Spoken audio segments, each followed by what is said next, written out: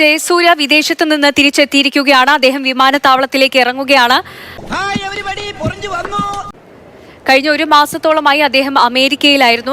ഒന്ന് കറങ്ങി മദ്രാസ്, ബാംഗ്ലൂർ, ബോംബെ, കൽപ്പാത്തി, ആലപ്പുഴ, ചാകര, തൃശൂർ, കൊയിലാണ്ടി, സുൽത്താൻ ബത്തേരി, അങ്ങനെ തിരക്കിട്ടൊരു ടൂർ പരിപാടി.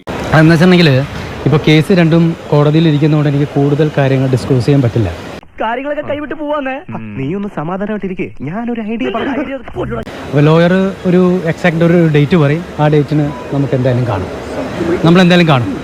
ഞാനിവിടെയൊക്കെ തന്നെ കാണും. നമുക്ക് കാണാം. കാണണം. ആ കാണണമെന്ന് പറഞ്ഞാല് ഇത്തിരി കട്ടി കൂടുതലില്ലേ സാർ? റിപ്പോർട്ട് വന്നതിന് പിന്നാലെയാണ് ഇത്തരത്തിലുള്ള ആരോപണങ്ങൾ വന്നത്. താങ്കളും വന്നിരിക്കുകയാണ്. അപ്പോൾ ഇതിലെന്താണ്? സന്തോഷായല്ലോ. അല്ല, അതാ ഞാൻ പറഞ്ഞു, അതെല്ലാം നമുക്ക് കാണാം.